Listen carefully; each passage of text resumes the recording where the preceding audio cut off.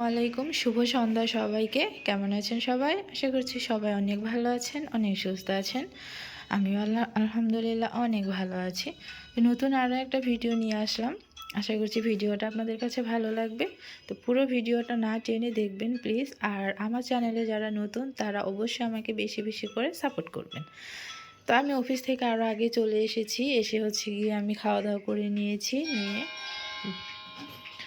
বাসায় চলে আসছি। তো দেখেন আমার বাসার কি অবস্থা। এখন কাপড় চোপড় সব কিছু ওয়াশ করে দিয়েছিলাম, এখনও পারা হয়নি। আমি আলসেমির মধ্যে এসে অনেকক্ষণ শুয়েছিলাম।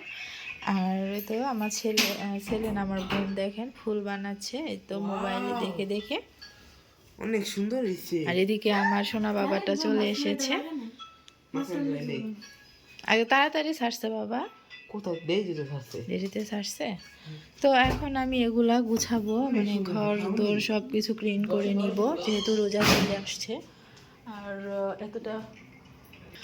অতটা সময়ও পাবো না, সময় পাবো কিন্তু রোজার মধ্যে আসলে অত ভারী ভারী কাজ করতে একদমই ভালো লাগে না। তো এই পাশে সমস্ত কিছু পরিষ্কার করে দিয়েছি, শুধু আপনার লেপের কাভারটা পরিষ্কার করা হয়নি। তো আজকে আমার অনেক কাজ আছে, আমি এগুলো গুছাবো, আবার রান্নাবান্না করে রাখবো কালকের জন্য। আর এই তো আমার গ্রিল বারান্দার এগুলো আমি পরিষ্কার করে নিব, ফ্যান মুছে নিব। তাহলে দেখেন আমার কত কাজ। আবার ওয়াশরুম পরিষ্কার করতে হবে দুইটা, এদিকে রান্না বান্নাও করতে হবে, কিন্তু কিছু করার নেই, করতেই হবে। আর কালকে বাজার নিয়ে আসবে, একসাথে এতগুলা কাজ করতে গেলে না অনেকটা বেশি কষ্ট হয়ে যায়। যার জন্য আমি চেষ্টা করি যে অফ ডের আগের দিন রাত্রিবেলা আমি সব কিছু মোটামুটি গুছিয়ে রাখার জন্য। আর এই তো এখানে আমি মাছ ভিজায় রাখছি, দেখেন আমি খেয়েছি, আমি প্লেটটাও পরিষ্কার করি নাই, আমি শুয়ে পড়েছিলাম। আর এখানে তো মশলাগুলো ভিজায় রাখছি। এতে মাংস, মুরগির মাংস, এটা লিয়ার মুরগির মাংস, এটা ভিজায় রাখছে, অলরেডি ভিজেও গিয়েছে। আমি ভাবছি যে তরকারিটা বসায় দিয়ে পরে আমি বিছানাপত্র সব কিছু গুছাবো। আর এখানে মাছ ভিজাইছি যে মাছের কোপ্তা বানাবো। তো আমার ভিডিওটা স্কিপ না করে পুরাটা হচ্ছে আপনারা দেখবেন, পরে আবার আপনাদের সাথে কথা বলছি। আমি একটু কাজকর্ম করে নিই, কারণ কাজকর্ম সব কিছু দেখাইতে গেলে আবার ভিডিওটা অনেক বেশি লম্বা হয়ে যাবে, তার জন্য। আমি ওদিকে অর্ধেক বিছানা গুছাই আসছি, মানে বালিশের কাভারগুলো, কোল বালিশের কাভারগুলো লাগাই আসছি। পরে ভাবলাম যে মাংস তরকারিটা বসায় দিয়ে এটা হতে থাক, তারপর আমি বাকি কাজগুলো করে নিই, তাহলে একসাথে দুইটা কাজ হয়ে গেল। কারণ ওইদিকে আমি আবার কাজকর্ম করে আবার রান্না বসাইতে আসলে রান্নাটা অনেক দেরি হয়ে যাবে। তো এখানে আমি মশলা কষায় নিয়েছি রিয়ার মুরগিটাকে রান্না করবো, ওটার জন্য। তো মশলাটা আমার কষানো হয়ে গিয়েছে অনেক সুন্দর করে, মাশাআল্লাহ অনেক সুন্দর হয়েছে দেখতে। বেশি তেল পড়ে গেছে মনে হয়, সয়াবিন তেল দিয়েছি তো। যাই হোক, মাংস তরকারি একটু তেল তেলে না হলে ভালোও লাগে না। আর এখানে আমি একটু ক্লিন করে রাখা মাংসটা দিয়ে দিই, দিয়ে এটাকে ধুতে দিব, দিয়ে হচ্ছে আমি ওদিকে গিয়ে কাজ করবো বাকি কাজগুলো। তারপরে আবার আসবো রান্না করতে, কারণ আমি আজকে মাছের কোপ্তা বানাবো। সেটা আপনাদের সাথে পুরাটা শেয়ার করার চেষ্টা করবো যে আমি মাছের কোপ্তা আসলে কীভাবে করে বানাই।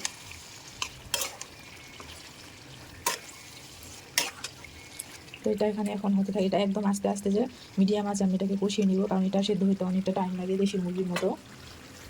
আমার সমস্ত ঘরদোর একদম গুছানো হয়ে গেছে, একদম ভালো করে এইটা সহ সবগুলো আমি এগুলো মুছে নিয়েছি ভালোভাবে। আমার ওয়াশিং মেশিন তো আমি পরিষ্কার করে নিয়েছি, কারণ এই যে এইগুলা দিয়ে অনেক ময়লা লাগছিল, এটাও আমি ক্লিন করে নিছি, অনেক দিন ক্লিন করা হয়নি। ঘরদোর সব একদম সুন্দর করে গুছায় নিছি। আর উপরে তো কাঁথা বিছায় দিছি, কারণ এখানেই খাওয়া দাওয়া করবে, কিচ্ছু করার নাই, তা না হলে হচ্ছে চাদর নষ্ট হয়ে যাবে চাদরের জন্য। তো এখন শুধু বাকি থাকলো যে ওয়াশরুমটা ক্লিন করবো, আর হচ্ছে আমি রান্না করবো, একটু মাছের কোপ্তা বানাবো। আর ওরা দেখেন দুজনে এখানে যে ফুলটা ফাইনালি কমপ্লিট করে ফেলছে। সুন্দর হয়েছে অনেক। এই ওয়ালের সাথে দিবা, ও মানে নটকায় থাকবো মাইনের রুমে দাও। তারা হচ্ছে ফুল বানাইছে। ও রান্নাঘরটাও আমি অনেক সুন্দর করে পরিষ্কার করে নিছি, করে নিয়ে আবার এখন আমি রান্না করব। এখানে বানাবো মাছের কোপ্তা, তার জন্য সব কিছু প্রসেস করে রাখছি। এই তো মাছ, এখানে আদা রসুন বাটা, জিরা বাটা, সরি পেঁয়াজ বাটা, আর এখানে রসুন আর একটু কাঁচামরিচ দিয়েছি, এটা ব্লেন্ড করে নিব। আর নিচে পেঁয়াজ কাঁচামরিচ কাটা আছে। আর এই তো এখানে তরকারিটা এখনও হয়নি। তো মাছের কোপ্তাটা বানালে আমার কাজ কমপ্লিট। আবার তার বাবা গেছে বাজার করতে, মানে রমজানে যে শুকনো বাজারগুলো লাগে সেগুলো আনতে গেছে, ওগুলো আবার আমাকে গুছাতে হবে, তারপর যাব আমি গোসল করতে। এটা কেমন হয়েছে বলেন তো? অনেক সুন্দর হয়েছে আমার কাছে, সিরিয়াসলি অনেক সুন্দর লাগতেছে। ক্যামেরা তো ভালো বোঝা যাচ্ছে না। ক্যামেরায় বোঝা যাচ্ছে না হয়তো বা, এই তো আমি জুম করে নিছি একটু, সুন্দরই লাগতেছে। তো যাই হোক, আবার আপনাদের সাথে পরে কথা বলছি। তো আমি এখানে এই তো টমেটো আর কাঁচামরিচটা একটু ব্লেন্ড করে নিয়েছি। এটা কালার এমন হয়েছে কেন? কাঁচামরিচের কারণে হয়তো বা দেখা যাচ্ছে না। আর এখানে আমি পানি গরম দিয়ে দিয়েছি, সাথে একটু হলুদ দিয়েছি। এটার মধ্যে আমি এখন এই যে মাছটা দিয়ে দিব সেদ্ধ করার জন্য। এই তো আমি মাছটা দিয়ে দিয়েছি। এটা একদম কি চায়ের কালারের মতো হয়েছে না? অনেক সুন্দর রং চার কালার হয়েছে এটা। তো এটা আমি বেশিক্ষণ সেদ্ধ করে নিব না, 3-4 মিনিট সেদ্ধ করে নিব, কারণ বেশি সেদ্ধ করলে আবার মানে ভালো হয় না, একদম বেশি নরম হয়ে যায়। এর জন্য মাছটা আমার এখানে সেদ্ধ হয়ে গিয়েছে। বাবা সুন্দর। তো এটা একটু ঠান্ডা হতে থাক, তা না হলে আমি এটার কাটা কোনোভাবেই ছাড়াইতে পারবো না, অনেক বেশি গরম। অলরেডি এটা নামাইতে যায় আমার হাতে সেক লেগে গেছে। এটা ঠান্ডা হোক, আমি বরঞ্চ এই ফাঁকে না গোসলটা করিয়েই আসি, কারণ অনেক বেশি টায়ার্ড লাগতেছে, অনেকগুলো কাজ করেছি। আবার এখন যাবো ওয়াশরুম পরিষ্কার করবো, দেরি হয়ে যাবে। তো আমার তো বেসন নাই, এর জন্য আমাকে ওয়েট করতেই হবে। আপনাদের ভাই আসার সময় বেসন নিয়ে আসবে। তো ভাবলাম বসে থেকে কি করব, তার চেয়ে বরং গোসল করে আসি, একটা কাজ আগায় যাবে। রান্নাঘরে আমি অনেক কাজকর্ম করে গোসল করে একদম নামাজ পড়ে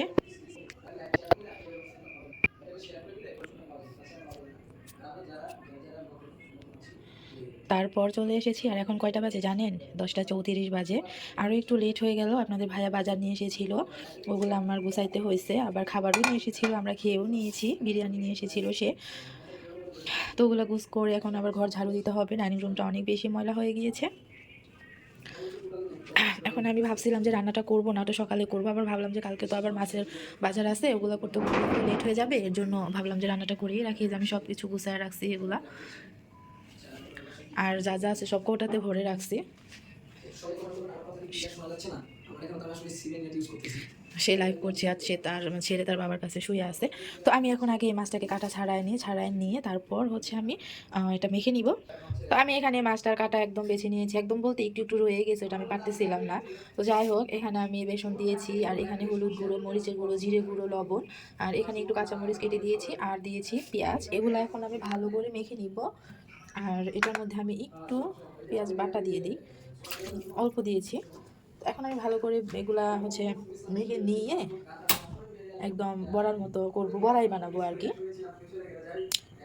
তো দেখেন, এটা আমি একদম মেখে বড়া বানায় নিছি।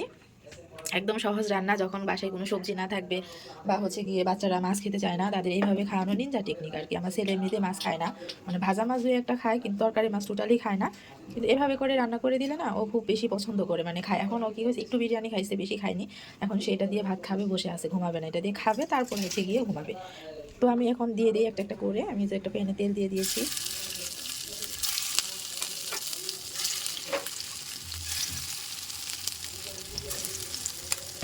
ওই যে দিয়ে দিয়েছি। তো আমার এই তো বড়াটা বানানো হয়ে গিয়েছে, একটু সুন্দর করে আমি এটা একটু লাল লাল করে ভেজে নিয়েছি। এখন এগুলো উঠায় নিব।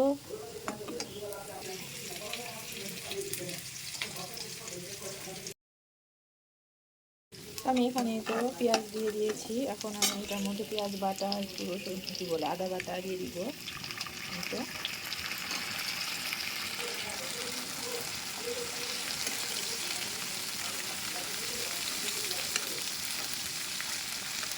অল্প করে দিয়েছি আমি পেঁয়াজ বাটাটা, বেশি দিইনি, পেঁয়াজ দিয়েছি এর জন্য। তো এটার মধ্যে এখন যে আমি টমেটো আর মরিচটা ব্লেন্ড করে রেখেছিলাম, এটাও আমি হালকা করে ভেজে নিব। তারপর আমি এটার মধ্যে দিয়ে দিব পানি। ওইটা একটু ই করে দাও, ওটার ভিতরে পানি দিয়ে দাও।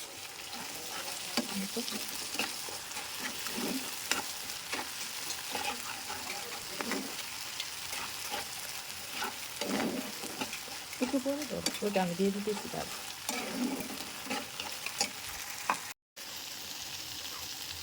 তো আমার মশলাটা ভাজা, মশলা বলতে টমেটোটা ভাজা হয়ে গিয়েছে। এখন আমি এটার মধ্যে দিয়ে দিব পানি। আর একটু দাও।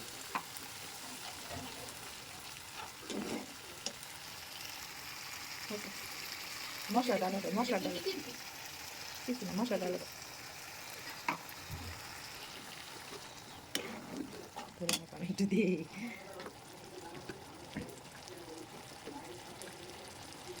এখানে আমি জিরের গুঁড়া দিয়ে দিচ্ছি, অল্প করে দিচ্ছি। আর মরিচের গুঁড়ো আমি অল্প দিলাম, যেহেতু কাঁচামরিচ দিয়ে দিয়েছি ওখানে টমেটো ব্লেন্ড করার সময়। দিয়ে দিলাম লবণ, আর দিব হচ্ছে হলুদ গুঁড়ো।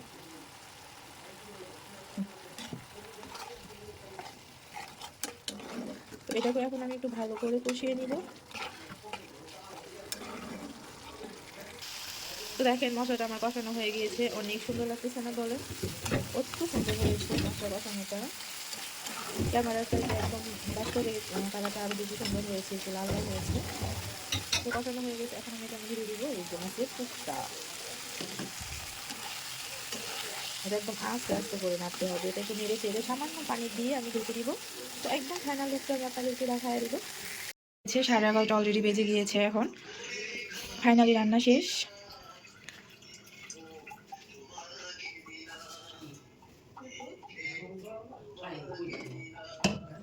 তো এই যে মাছের কোপ্তাটা, মাশাআল্লাহ অনেক টেস্ট হয়েছে অনেক।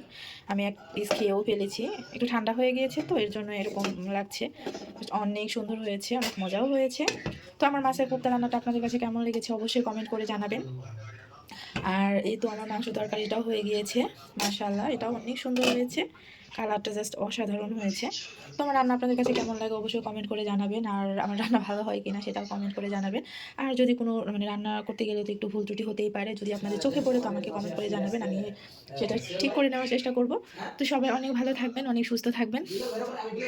আর আমার ভিডিওটা আপনারা যারা দেখবেন তারা অবশ্যই শুরু থেকে শেষ পর্যন্ত দেখবেন, আমাকে বেশি বেশি করে সাপোর্ট করবেন, কারণ আপনাদের সাপোর্ট ছাড়া তো আগানো কখনোই সম্ভব না।